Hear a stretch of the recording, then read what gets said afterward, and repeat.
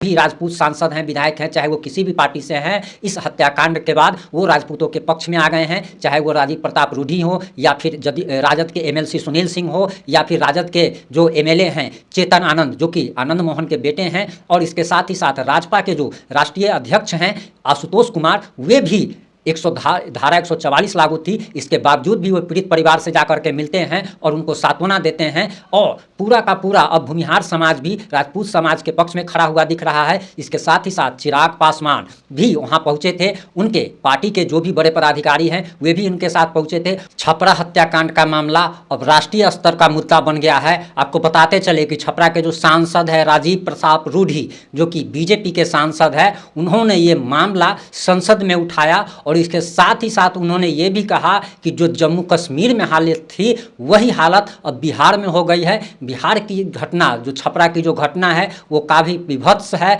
और इसके साथ ही साथ उन्होंने 3 राजपूत युवकों के साथ जो बर्बरतापूर्ण पिटाई की गई थी, जिसमें 2 युवक की मौत हो गई। आपको बताते चले कि इसका ये मुद्दा राजीव प्रताप रूढ़ी ने संसद में उठाया और इसके साथ ही साथ उन्होंने ये भी कहा कि इंटरनेट तक बंद कर दिया गया। उन्होंने कहा कि जब कोई भी सबसे ज़्यादा विकट परिस्थिति आती है तभी इंटरनेट बंद किया जाता है। क्या प्रशासन को अपराधियों पर कोई कंट्रोल नहीं है? क्या बिहार सरकार का अपराधियों पर कोई कंट्रोल नहीं है? क्या कानून व्यवस्था इतनी लचर हो चुकी है कि इंटरनेट बंद कर दिया गया? इसके साथ ही साथ उन्होंने ये भी कहा कि इंटरनेट बंद होने से हजारों लाखों युवा जो वर्क फ्रॉम होम कर रहे थे उनके साथ परेशानी हुई, लाखों लोगों को परेशानी हुई। इसका भी जवाब उन्होंने बिहार सरकार से मांगा है। आगे हम आपको राजीव प्रताप रूढ़ी का वो बयान भी सुनाएंगे जो उन्होंने संसद भवन में प्रश्न किया है।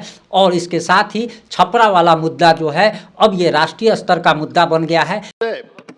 कश्मीर में एक समय हुआ करता था जब आतंकवादी निकलते थे और वो 10 साल पहले 15 साल पहले हम देखते थे कि इंटरनेट की सुविधा बंद किया जाता था क्योंकि आतंकवादी गतिविधियां होती है।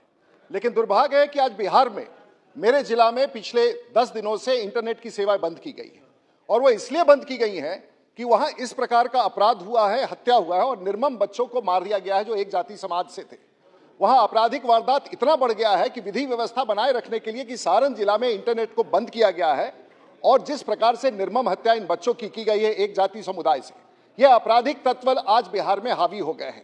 और बिहार की जो स्थिति है, एक तरफ जातीय जनगणना करा करके बिहार को जाति में बांटने का प्रयास करता है, दूसरी तरफ जातीय उन्माद पैदा करके इन बच्चों को मौत के घाट, कल भी राहुल नाम का वो बच्चा अस्पताल में मर गया।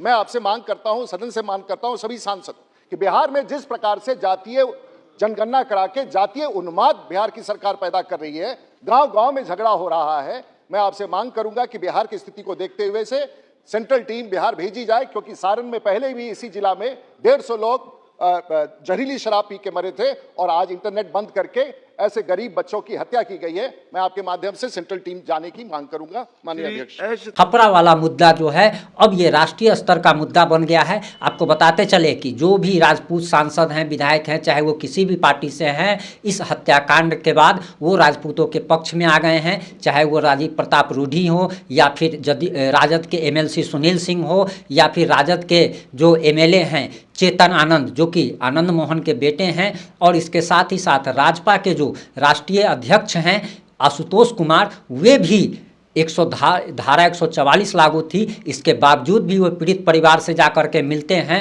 और उनको सांत्वना देते हैं। और पूरा का पूरा अब भूमिहार समाज भी राजपूत समाज के पक्ष में खड़ा हुआ दिख रहा है।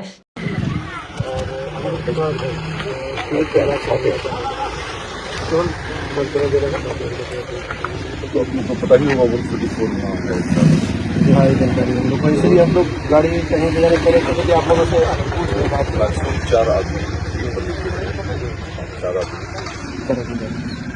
गाड़ियाँ से एक गाड़ी की गाड़ी से एक गाड़ी ली है कभी जाने गए हैं हमको एक ड्राइवर साहब रखी है 3 आदमी आपका। इसके साथ ही साथ चिराग पासवान भी वहाँ पहुँचे थे, उनके पार्टी के जो भी बड़े पदाधिकारी हैं वे भी उनके साथ पहुँचे थे और चिराग पासवान ने भी इस हत्याकांड को काफ़ी विभत्स करार दिया। उन्होंने साथ ही साथ नीतीश कुमार पर भी हमला बोलते हुए कहा कि इनकी कानून व्यवस्था अब बिहार में लचर हो चुकी है, नीतीश कुमार को इस्तीफा दे देना चाहिए। वहीं युवक जो कि एकमात्र युवक, उस बर्बरतापूर्ण पिटाई में एकमात्र युवक जो जिंदा बचा है, उसने चिराग पासवान के सामने में उस घटना की पूरी सच्चाई जो है आंखों देखा हाल बताया। और वो जब आप सुनेंगे तो आपका दिल पसीज जाएगा कि आखिर कोई इतना कसाई कैसे हो सकता है कि उसने उससे बर्बरतापूर्ण तरीके से पिटाई की। और जिसमें वो तीसरा युवक जो बच गया है उसने चिराग पासवान के सामने अपना दिल खोल करके रख दिया। यहीं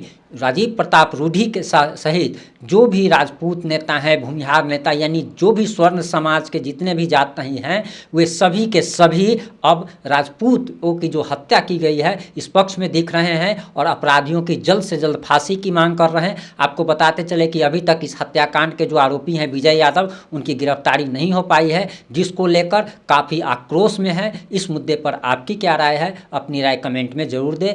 अगर चैनल पर नए हैं तो चैनल को सब्सक्राइब जरूर करें। जय हिंद, जय भारत। वीडियो को शेयर कर हमारे फेसबुक पेज को लाइक करना एवं यूट्यूब चैनल को सब्सक्राइब कर बेल आइकन दबाना ना भूलें।